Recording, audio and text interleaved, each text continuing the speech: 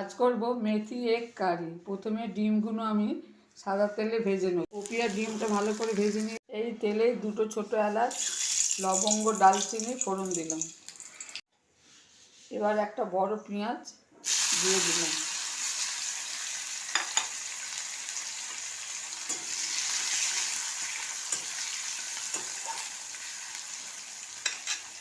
পেঁয়াজটা হালকা লাল হয়েছে।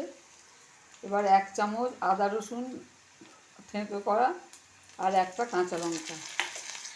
পেঁয়াজটা হালকা লাল হয়েছে, 1/2 চামচ আদা রসুন বাটা আর একটা কাঁচা লঙ্কা দিয়ে দিলাম।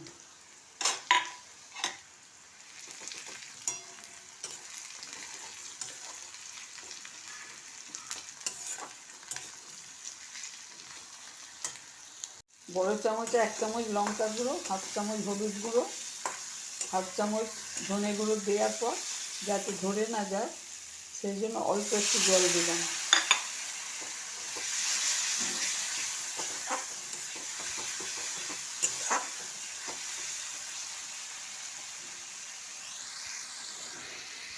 মশলা থেকে তেল ছেড়ে এসছে। হাঁপাটি মেথি শাক দিয়ে দিলাম। ছোটো ছোটো করে কেটে দিয়েছি, কেটে ভালো করে ধুয়ে রেখেছি।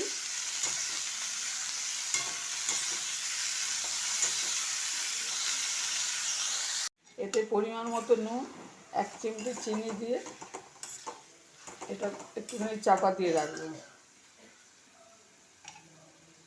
অল্প একটু জল দিয়ে দিলাম।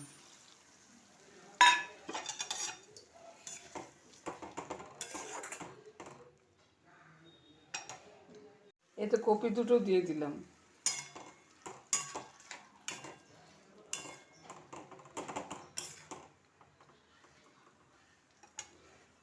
এতে একটু কড়াইশুঁটি দিয়ে দুটো ডিম দিয়ে চাপা দিয়ে দেবো।